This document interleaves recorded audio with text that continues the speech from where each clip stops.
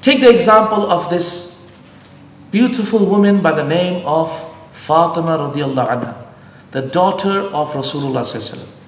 One of those who also had perfected her iman or her faith as well, as Rasulullah sallallahu alaihi wasallam had said. The Prophet also said that Fatimah would be the first to follow him from his family to the hereafter, meaning that she will be the first to pass away. In one amazing couple of verses, Allah subhanahu wa ta'ala says, Allah revealed a couple of verses in the Quran which I came across when I was reading the tafsir of Ibn al-Jawzi. I came across his explanation of a couple of verses of the Quran. And the verses of the Quran go like this. Allah subhanahu wa ta'ala says, وَيُطْعِمُونَ الطَّعَامَ عَلَى حُبِّهِ مِسْكِينًا وَيَتِيمًا وَأَسِيرًا إِنَّمَا نُطْعِمُكُمْ لِوَجْهِ اللَّهِ لَا نُرِيدُ مِنْكُمْ جَزَاءً وَلَا شُكُورًا إِنَّمَا نَخَافُ مِنْ رَبِّنَا يَوْمًا عَبُوسًا قَمْطَرِيرًا. What is this verse saying? This verse mentions that Allah subhanahu wa ta'ala quotes people who give charity in the cause of Allah are those who say, verily they feed the poor, the orphan, and the poor, the orphan, and the prisoner of war. The poor, the orphan, and the prisoner of war. By the way, prisoner of war was actually a non-Muslim, isn't it? That's why they were prisoners of war. So Allah is actually saying that it's actually good to give charity to non-Muslims. So next time you actually ask yourself, can I give charity to non-Muslims? Can I feed them? Can I do that? Of course you can. Goodness to all of humanity is what Islam talks about. So يُطْعِمُونَ الطَّعَامِ, they feed out of the love of Allah. يُطْعِمُونَ الطَّعَامَ عَلَى حُبِّهِ مِسْكِينًا, a poor man, وَيَتِيمًا, an orphan, وَأَسِيرًا, and a POW, prisoner of war. And they say, إِنَّمَا نُطْعِمُكُمْ لِوَجْهِ اللَّهِ, verily we feed you for the face of Allah. لَا نُرِيدُ مِنْكُمْ جَزَاءً, we do not ask you for any reward in return. وَلَا شُكُورًا, nor even a word of thanks. إِنَّمَا نَخَافُ مِنْ رَبِّنَا يَوْمًا عَبُوسًا قَمْطَرِيرًا, verily we fear a day. We do this because we are afraid for ourselves on a day in which the hearts will turn inside out from fear on that day, which is the day of judgment. Right? And these verses, by the agreement of all the scholars of Islam, was revealed regarding Fatimah radiallahu anha. They were revealed regarding who? Fatimah radiallahu anha. Why?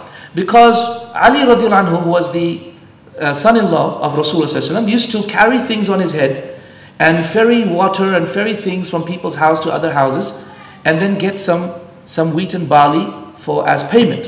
He would take the wheat and barley at home. Fatimah radiallahu anhu would then use that wheat and barley to actually cook bread with it. So one day Ali did some of that ferrying, came home after hard days of work in the 55 degrees Celsius heat of Medina, which I'm telling you is far hotter than Malaysia. Brought that barley back home. She made bread with it. She made 3 loaves of bread, one for her, one for him, and one for Hassan and Hussein. But before the food could be served to Ali and Hassan Hussein, a prisoner of war walked by. So she looked at him, saw that he'd just been freed and he is hungry, so she gave him a piece of bread. 2 more to go. And an orphan passed by. She rubbed her hand over his head, felt sorry, pity, and gave him a piece of bread. Not thinking of anything, not thinking where they're going to eat. And then thereafter, a poor person walked by and she gave another piece of bread. So the blessed family went to bed hungry that night. The whole family. And so Allah revealed this verse. Do you know what's amazing about this verse? Do you know what's amazing about this verse? Is that thereafter, after these verses, God describes paradise in no less than 15 verses. An extensive description of Jannah, extensive description of paradise. Now, whenever you go to any extensive description of paradise in the Quran, you will find that God talks about the beautiful women of Jannah as well, which are the women or the husbands that are created, or the wives created for husbands. God talks about them, except for these places, this part in the Quran.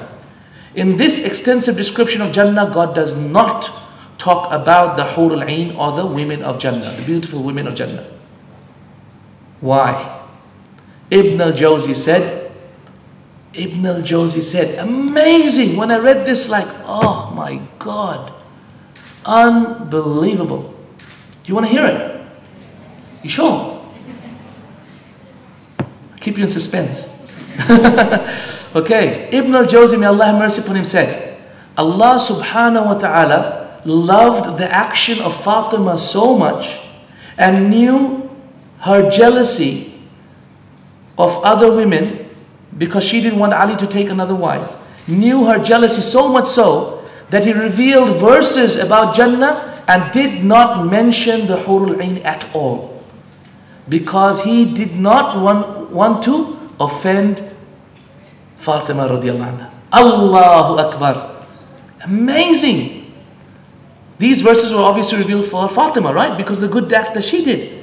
He didn't want to offend his slave. He didn't want to offend his slave. He knows his slave doesn't like something. He won't even mention in the Quran because of the feeling of offending his slave, because he was so happy and so amazed with her act. You see, righteous women, when they do righteous deeds, then by Allah, not only are they equal to men, they can far exceed men as well.